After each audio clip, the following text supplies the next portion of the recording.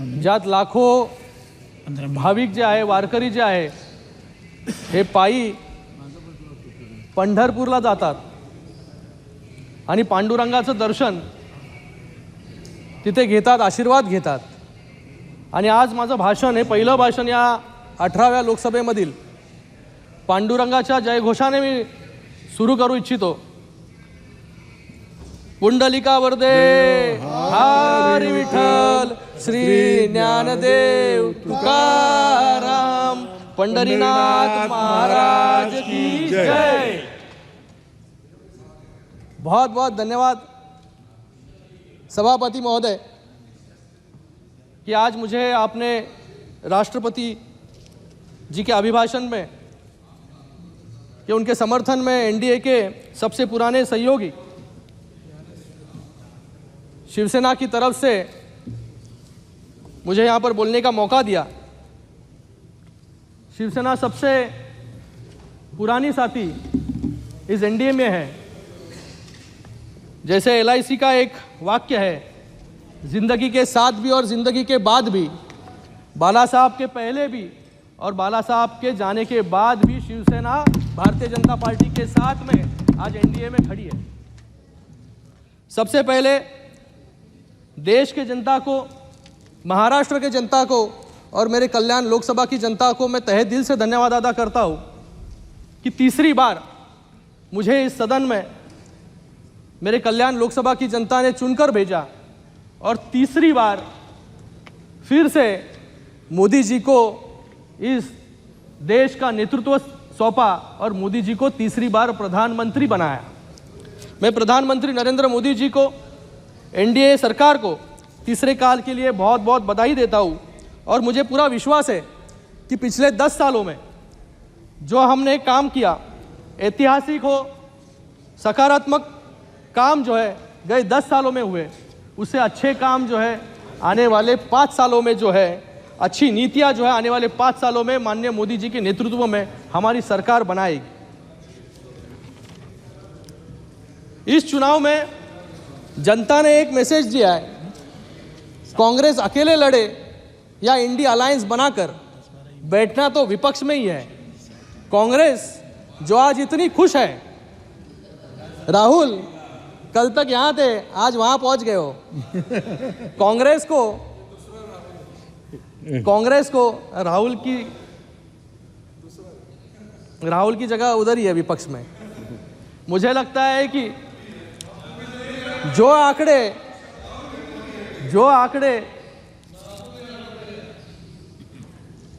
कांग्रेस को ऐसे लग रहा है कि आज वो विपक्ष में नहीं बल्कि सत्ता में है, इतनी खुशी जो है उनको विपक्ष में बैठकर महसूस हो रही है. 10 सालों में कांग्रेस सिर्फ 44 से 99 तक पहुंची है, 100 का आंकड़ा भी पूरा नहीं कर पाई है. हम लोग जो है, अरे हम लोग 15 लड़े और 7 जीते. मैं आज यहां पर कुछ आंकड़े आपको बताना चाहूंगा कि आपने 285 सीट पर चुनाव लड़ा और सिर्फ 99 जीते, मतलब सिर्फ 34% आपका स्ट्राइक रेट. 285 में से 51 उम्मीदवारों की जमानत जो है कांग्रेस की जब्त हो गई. आंध्र प्रदेश, अरुणाचल प्रदेश, हिमाचल, जम्मू कश्मीर, मध्य प्रदेश, दिल्ली और त्रिपुरा में अपना खाता भी जो है कांग्रेस खोल नहीं पाई. और जिन अरे आपके विपक्ष के नेता किस पर बात कर रहे थे फिर? 336 उम्मीदवार जो है अलग अलग राज्यों में इन्होंने खड़े किए, उसमें से सिर्फ 15 इनके जो है उम्मीदवार जीत कर आए, जो 5% से भी कम है. मुझे लगता है कि आपके आंकड़े तो कम है, लेकिन आंकड़ जो है इस वक्त जो है बढ़ गई है. मुझे लगता है कि जश्न के पीछे जो हार की सच्चाई है उस पर थोड़ा आत्मचिंतन करने की कांग्रेस को जरूरत है. यहाँ पर हमारे आंकड़े, हम लोग यहाँ पर सत्ता में बैठे हैं, आप लोग विपक्ष में बैठे हो. 10 साल के बावजूद लोगों ने जो है आप पर विश्वास नहीं रखा, लोगों ने मोदी जी के नीतियों पर विश्वास रखा, मोदी जी पर विश्वास रखा. इसलिए आज यहां पर हम लोग बैठे हैं फिर से सत्ता में तीसरी बार। लोगों ने मोदी जी को चुनकर क्यों दिया? हम सबके लिए गर्व की बात है कि भारत में लोकतंत्र का सबसे बड़ा उत्सव शांतिपूर्वक ढंग से पूरा हुआ और तीसरी बार भारत ने प्रधानमंत्री मोदी जी के नेतृत्व को चुना। 2024 में दुनिया की आधी आबादी चुनाव प्रक्रिया में भाग ले रही थी। अभी तक 80 देशों में चुनाव अभी हो रहे हैं, 55 देशों में चुनाव हुए, 33 देशों में सरकार बदल गई, बदलाव हुआ, लेकिन हमारे देश ने तीसरी बार सशक्त सरकार मोदी जी के नेतृत्व में यहां पर बनाई। एक महत्वपूर्ण प्रश्न यह है कि जब विश्व भर में बदलाव की लहर है, तब भारत जैसे डाइवर्स और सबसे बड़े लोकतंत्र में स्टेबिलिटी कैसे है? उसका सबसे प्रमुख कारण है जनता को हमारी नीतियों पर विश्वास। हमने दिखा दिया है कि अंतर्राष्ट्रीय स्तर पर भारत की छवि गए 75 वर्षों में सबसे ज़्यादा मजबूत अभी हुई है। आज हमारा देश किसी पर भी निर्भर नहीं है, बल्कि बाकी देश जो है भारत पर जो है निर्भर है। कांग्रेस सरकार की पॉलिसी, फॉरेन पॉलिसी ने हमारी इंटरनल सिक्योरिटी को कमज़ोर किया और इसी के कारण 26/11 हमलों का हम कोई जवाब नहीं दे पाए। लेकिन आज वक्त बदल गया है। हमारी सरकार पाकिस्तान को सर्जिकल स्ट्राइक के माध्यम से जवाब देती है। G20 के डिक्लेरेशन में विश्व के सबसे शक्तिशाली देशों के साथ कंसेंसस बनाकर मोदी जी ने भारत की ताकत पूरे विश्व को दिखा दी। आज सऊदी अरेबिया हो, UAE हो, बहरीन हो, इजिप्ट हो, ऐसे देश अपना सर्वोच्च नागरिक सम्मान हमारे प्रधानमंत्री जी को देते हैं। जब इस सदन ने 370 हटाया, तब विपक्ष के कुछ साथी और कुछ चुनिंदा देशों को अगर छोड़ा तो पूरे विश्व ने इसका समर्थन किया। जिस भारत को थर्ड वर्ल्ड कंट्री बोलते थे, वो आज थर्ड लार्जेस्ट इकोनॉमी बनने के रास्ते पर है। आज विश्व स्तर पर प्रधानमंत्री जी को जो सम्मान मिलता है, वो 140 करोड़ देशवासियों का सम्मान है, भारत का सम्मान है। वो प्रमाण है भारत के विश्वगुरु बनने का। कोरोना महामारी हो, उसके अंदर 30 करोड़ से ज़्यादा वैक्सीन जो है हम लोग ने एक्सपोर्ट किए और 100 से ज़्यादा देशों को जो है उसका फ़ायदा हुआ। यहाँ पर कुछ आंकड़े मैं प्रस्तुत करना चाहूँगा कि 2014 के पहले हमारी स्वास्थ्य व्यवस्था कैसी थी। 2014 तक देश में सिर्फ 7 एम्स थे और 390 मेडिकल कॉलेज थे, लेकिन आज 16 नए एम्स और 315 नए मेडिकल कॉलेज जो है शुरू हो चुके हैं। आज जम्मू कश्मीर में भी एम्स का निर्माण जो है वहाँ पर हो रहा है। 10 साल में भारत 11वें नंबर से 5वें नंबर पर पहुँचा है। स्टार्टअप जो आज 1 लाख से भी अधिक है, वो 2014 में सिर्फ 350 था। नेशनल सिक्योरिटी की बहुत बात यहाँ पर हो रही है, यहाँ पर अग्निवीर की बात हो रही है। मैं यहाँ पर अगर बात करूँ मुंबई, जिसने 2008 में आतंकवाद की दहशत देखी और उसमें भी जभी के कांग्रेस के गृह मंत्री थे तभी कपड़े बदल रहे थे, ऐसी व्यवस्था में 2008 में 26/11 जैसा हमला हुआ और जब ये हमला हुआ तब हमारे पुलिसकर्मियों के पास 303 राइफल, मतलब जो सेकेंड वर्ल्ड वॉर में यूज़ हुए थे, वो 303 राइफल के साथ जो है हमारा डिफेंस सिस्टम, मतलब पुलिस जो है आतंकवादियों के साथ जो है लड़ाई वहाँ पर कर रही थी। लोगों के पास जो है बुलेट प्रूफ जैकेट नहीं थे और आज जो है यहाँ पर ये अग्निवीर पर जो है बात कर रहे हैं। इनको कोई नैतिक अधिकार यहाँ पर नहीं है कि 2008 में बम्बई ने उसके पहले भी सीरियल बम ब्लास्ट देखे, लेकिन गए 10 सालों में ऐसे एक बड़ा शहर कोई नहीं, आज भारत में एक भी ऐसा शहर नहीं जहाँ पर जो है गए 10 सालों में एक भी हमला हुआ हो। हमारे 10 साल की नीति, और ये कह रहे थे डरो मत। मुझे लगता है कि आपसे जो है पहले हमारे आड़ोस पड़ोस के देश जो है डरते नहीं थे, इसलिए हमारे देश पर जो है आए दिन हमला करते थे। आज आड़ोस पड़ोस के देश जो है मोदी जी से डरते हैं, इसलिए गए 10 सालों में एक भी हमला जो है बड़े शहरों में हमारा हुआ नहीं। प्रधानमंत्री जी ने सुनना सीखो जरा। प्रधानमंत्री जी ने आह्वान किया था आत्मनिर्भर भारत का।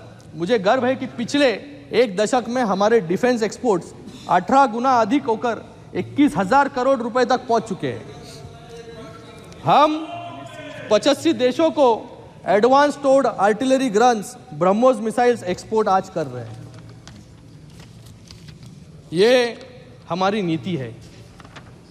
यहाँ पर सभी लोग जो है आज कॉन्स्टिट्यूशन पे बात कर रहे हैं। शपथ जब भी ले रहे थे तभी भी कॉन्स्टिट्यूशन दिखा कर जो है यहाँ पर संविधान दिखाकर यहाँ पर शपथ ले रहे थे।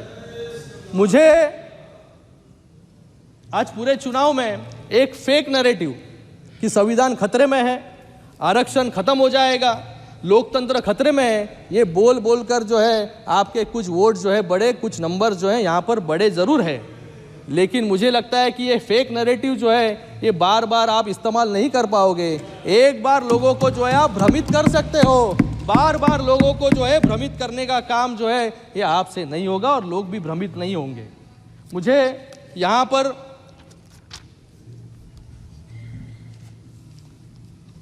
इंडिया अलायंस के सांसदों ने यहाँ पर कहा कि संविधान जो है अगर भाजपा की सरकार आई तो ये संविधान को फाड़ कर जो है फेंक देंगे। मैं उनको याद दिलाना चाहूँगा ये मनमोहन सिंह जी की सरकार नहीं है कि जहाँ पर राहुल जी ने जो है ऑर्डिनेंस को फाड़ कर जो है फेंक दिया था। ये हमारी सरकार है, यहाँ पर संविधान पर चलने का काम जो है हमारी सरकार यहाँ पर करती है। आज डॉक्टर बाबा साहेब अम्बेडकर के नाम पर जो है आप लोग यहाँ पर राजनीति करते हो, लेकिन डॉक्टर बाबा साहेब अम्बेडकर जी को 2 बार हराने का काम अगर किसने किया होगा वो कांग्रेस ने किया। कांग्रेस ने जो है नेहरू जी ने डॉक्टर बाबा साहेब अम्बेडकर के विरोध में जो है प्रचार भी यहाँ पर किया। और मैं एक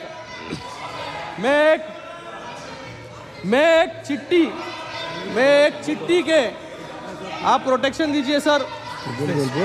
मैं नेहरू जी के एक चिट्ठी के मैं एक चिट्ठी के जो नेहरू जी ने 27 जून 1961 को सभी मुख्यमंत्रियों को लिखा था, उसके अंदर क्या लिखा था? I dislike any kind of reservation, more particularly in service. पिछड़े वर्ग को सेकेंड रेट, इनएफिशिएंट बोलने वाले नेहरू जी के वंशज आज संविधान और आरक्षण की बात यहां पर कर रहे हैं। अगर मैं यहां पर डॉक्टर बाबा साहेब अम्बेडकर अगर नहीं होते तो नेहरू जी जो है पूरा आरक्षण जो है खत्म कर चुके होते। आज मुझे पूछना है कि नेहरू जी के राज में भी संविधान खतरे में था क्या? उसका जवाब जो है विपक्ष को देना है। आज डॉक्टर बाबा साहेब अम्बेडकर जी को और संविधान को सही मायने में संविधान पर चलने का काम हमने किया। डॉक्टर बाबा साहेब अम्बेडकर जी को जो है भारत रत्न देने का काम भी जो है कांग्रेस ने नहीं किया। गैर कांग्रेसी सरकार ने, वीपी सिंह की सरकार ने जो है डॉक्टर बाबा साहेब अम्बेडकर जी को जो है भारत रत्न दिया। उसी के साथ में इंदू मिल, जहां पर डॉक्टर बाबा साहेब अम्बेडकर जी का सबसे बड़ा स्मारक बन रहा है, वो हमारी सरकार बना रही है। लंदन के घर में, लंदन का घर जो है उसको भी स्मारक के रूप में रूपांतर करने का काम जो है हमारी सरकार ने किया। उसी के साथ में 26 नवंबर को संविधान दिन मनाने का काम भी हमारी सरकार ने किया। उसी के साथ में पुराने पार्लियामेंट को संविधान सदन नाम देने का काम भी हमारी सरकार ने किया, मोदी जी ने किया। मुझे लगता है कि सिर्फ संविधान चिल्लाकर जो है कुछ बात नहीं होगी, संविधान पर चलना भी होगा। यही बोलते रहिए अगले इलेक्शन तक। और यहाँ पर जो है बहुत अभी कुछ लोगों ने यहाँ पर इलेक्शन कमीशन पर उंगली उठाई। मैं इनको सवाल पूछना चाहता हूँ, एमएस गिल कौन थे? जिस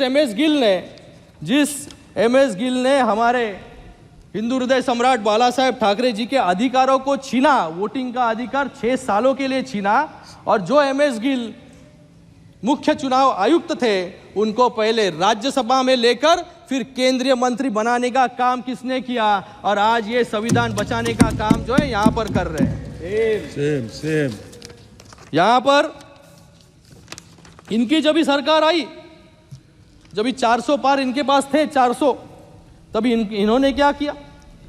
400 पार जब 1984 में थे, तब एक गरीब मुस्लिम महिला जिसका नाम है शाह बानो, उसको सुप्रीम कोर्ट ने जो है उसका हक दिया था। लेकिन सुप्रीम कोर्ट के निर्णय के विरोध में जाके जो है सिर्फ एक विशिष्ट वर्ग के लिए इन्होंने कानून बनाया और मुस्लिम महिलाओं का जो है अधिकार छीनने का काम इन्होंने किया।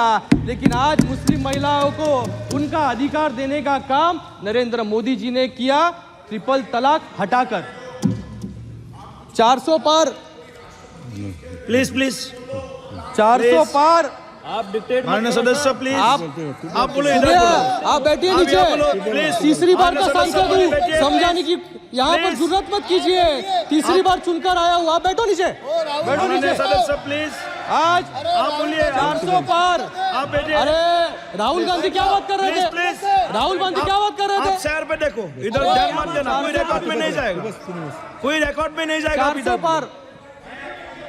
आपका भी समय, जब समय के ऊपर ध्यान रखिए। जब अपने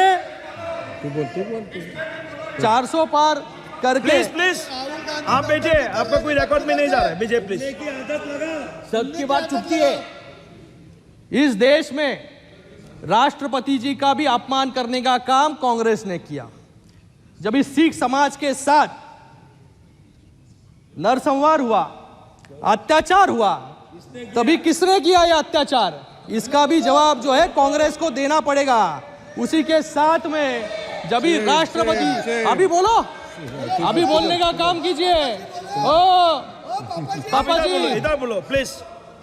दुनिया जानती है, लेकिन जब भी राष्ट्रपति जी यानी जय सिंह थे, उनको इन्होंने 2 साल तक जो है किसी भी मंत्री को जो है मिलने नहीं दिया। और ये आज संविधान की बात कर रहे हैं। आपका समय, जब भी 400 पार इनके पास थे, 400, सर मैं अकेला स्पीकर हूं सर, 400 पार इनके पास थे, तभी बोफर जैसा घोटाला इन्होंने किया, जिससे सेना को कमजोर करने का काम भी जो है कांग्रेस की सरकार ने किया। उसी के साथ में जब भी 400 पार थे, तभी भोपाल गैस ट्रेजेडी में इतने लोग मारे गए और वॉरेन एंडरसन को वीआईपी ट्रीटमेंट देकर जो है चार्टर्ड प्लेन से देश के बाहर भगाने का काम भी कांग्रेस ने किया। तो जब कांग्रेस के शासन था, तभी 400 पार। Sir I am the only speaker sir. 13 minutes 400 पार। सर अभी तो थोड़ा आधा बाकी है मेरा सर भाषण। प्लीज 400 पार सर, मेरा पहला भाषण है सर, संरक्षण दीजिए। 400 पार तो एंडरसन फरार, 400 पार तो संविधान पर वार, इनका 400 पार तो मुस्लिम महिलाओं का पर अत्याचार, और इनका 400 पार तो सेना में इन्होंने भ्रष्टाचार किया।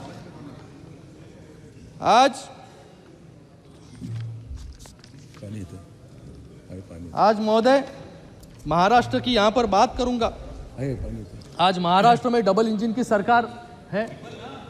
आज डबल इंजन की सरकार जो है, सरकार किस प्रकार विकास के कार्य काम कर सकते हैं, ये मुझे लगता है कि कुछ उदाहरण जो है मैं यहाँ पर देना चाहूँगा। 701 किलोमीटर का समृद्धि महामार्ग, कोस्टल रोड, अटल सेतु, जो देश का सबसे बड़ा लॉन्गेस्ट सी ब्रिज है, वो बनाने का काम हमने किया। बुलेट ट्रेन हो, वाडवन पोर्ट हो, मराठवाड़ा रेल कोच फैक्ट्री हो, Mumbai Nagpur rail speed high speed corridor हो, उसी के साथ में 350 किलोमीटर की मेट्रो रेल हो। ये रिकॉर्ड टाइम में पूरा करने का काम जो है केंद्र सरकार की मदद से राज्य सरकार ने किया, माननीय मुख्यमंत्री एकनाथ जी शिंदे साहब के नेतृत्व में। और यहाँ पर कुछ लोग बोल रहे थे कि कुछ लोग जो है भाग गए। मुझे लगता है कि भगोड़े जो है, आज कोई बैठा नहीं यहाँ पर, ये भी भाग गए यहाँ से। ये जो भगोड़े हैं, ये हिंदुत्व से दूर भागे, बाला साहब के विचारों से दूर भागे। लोग जो है रोज इनकी पार्टी छोड़ के जो है भाग रहे हैं रोज। और आज चुनाव जब भी हुआ लोकसभा का, तो असली शिवसेना और नकली शिवसेना जो है, लोगों ने इनको दिखा दी कि कौन जो है असली शिवसेना के साथ, बाला साहब ठाकरे जी के शिवसेना के साथ खड़ा हुआ है। आज इनके सामने हम लोग जो है 13 सीट लड़े, इनके सामने 13 में से 7 सीट हम लोग लड़े, और 2 लाख ज्यादा वोट जो है हमें जो बाला साहब की शिवसेना है उनको मिली। लोग जो है शिवसेना के साथ, हिंदुत्व के साथ जो है यहाँ पर खड़े हुए हैं। इनको तो जो बाला साहब हमेशा कहते थे, गर्व से कहो हम हिंदू हैं, आज इनके नेता को जो है हिंदू शब्द इनके भाषण में जो है यूज करने शर्म आती है।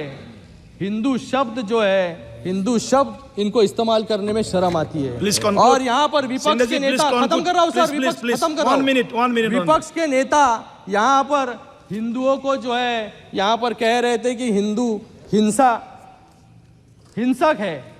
मैं छत्रपति शिवाजी महाराज जी के भूमि से आता हूँ और छत्रपति शिवाजी महाराज जी ने जो है हिंदवी स्वराज के लिए जो है, हिंदुत्व के रक्षण के लिए जो है देव देश आणि धर्मासाठी शिवाजी महाराजांनी जे आहे हे तलवार हातात घेतली। जर हिंदवी रयतेचंच राज्य I am not yielding sir, I am not yielding, रयतेचं राज्य यावं म्हणून हातात जर तलवार नसती घेतली तर आज अटक पासून ते कटक पर्यंत हिंदवी स्वराज्य जे आहे हे तेव्हा स्थापन झालं नसतं। तर तेवढा अभिमान बाळगा, संभाजी महाराजांचा रोल तुम्ही करता, त्यांचे जरा गुण जे आहे गुण तुम्ही ते घ्या जराशे संभाजी महाराजांचे। तर मी आज प्लीज खत्म कीजिए आपका समय। कंक्लूड कर रहा हूं सर। प्लीज। आज मुंबई में 1993 बम ब्लास्ट के कन्विक्ट इकबाल मूसा जैसे आतंकवादियों को चुनाव प्रचार में इन्होंने उतारा यूबीटी ने, जिससे उनसे प्रचार करवा सके और एक विशिष्ट वर्ग और समाज के वोट जो है इनको मिल सके।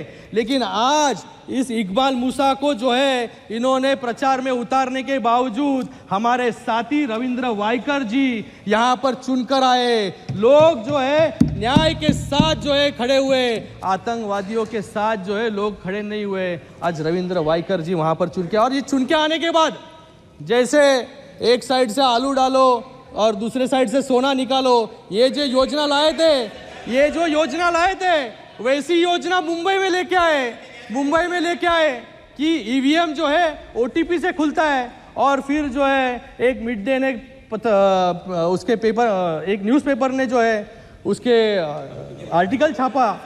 Okay, please conclude sir, conclude कर रहा हूँ। आर्टिकल छापा कि एक के मोबाइल में जो है ओटीपी आया और ईवीएम खोल के हम लोग ने हमारी प्रत्याशियों को जो है यहाँ पर जिता दिया। और फिर उस न्यूज़पेपर ने माफ़ी भी मांगी, लेकिन उस न्यूज़पेपर के आर्टिकल को, सर खत्म कर रहा हूँ, लास्ट लाइन, न्यूज़पेपर के आर्टिकल को जो है ट्वीट करने का काम जो है एलओपी ने किया। क्या मैं उनसे पूछना चाहूँगा, जैसे न्यूज़पेपर वालों ने जो है माफ़ी मांगी, आप भी माफ़ी मांगेंगे क्या रविंद्र वायकर जी से? ओके, थैंक यू सर, हो गया। तो मैं आज यहाँ पर सर खत्म कर रहा हूँ, लास्ट लाइन सर। आज यहाँ पर जो फेक नैरेटिव महाराष्ट्र में भी, sir please sir, last line sir, concluding line. आज महाराष्ट्र का इकोनॉमिक सर्वे सामने आया है। लोग जो है फेक नैरेटिव फैला रहे थे कि महाराष्ट्र से जो है एफडीआई बाहर जा रहा है, महाराष्ट्र से जो है धंधे बाहर, मतलब बिजनेस बाहर जा रहे हैं, फैक्ट्रीज बाहर जा रहे हैं। ये इकोनॉमिक सर्वे ने जो है इनके मुंह पर जो है एक तमाचा जो है जोर का लगाया है कि महाराष्ट्र आज जो है क्या कहता है कि आज इकोनॉमिक सर्वे के अनुसार महाविकास आघाड़ी के शासन में जीएसडीपी 6.76% था, जो आज बढ़कर 9.4 हो गया है। थैंक यू आज निवेश में महाराष्ट्र, सर एक ही लाइन कंप्लीट कर रहा हूँ, एक ही लाइन है सर। आज निवेश में महाराष्ट्र अव्वल है और हमारे राज्य में 21,000 रजिस्टर्ड स्टार्टअप है, जिससे 2 लाख से अधिक रोजगार जो है लोगों को मिले हैं। एफडीआई में महाराष्ट्र सबसे नंबर 1 है और उसी के साथ में 22 लाख महिलाओं को हमारी शिक्षा नीति से फायदा हुआ है, जो एमबीए के समय सिर्फ 7.12 लाख था। और उसी के साथ में मैं ओके, थैंक यू यहाँ पर सुश्री संभावी, आपका बहुत बहुत संभावी, धन्यवाद अदा please. करता हूँ Thank you. कि आपने इतना समय जो है यहाँ पर मुझे दिया। और फिर से एक बार मैं सभी नए सांसदों को यहाँ पर बहुत बहुत सबका अभिनंदन You करता start, हूँ please. कि जो संभावी, you start, आज 281 नए सांसद यहाँ पर चुनकर आए हैं, उनको भी बहुत बहुत शुभकामनाएं। धन्यवाद। जय हिंद, जय महाराष्ट्र।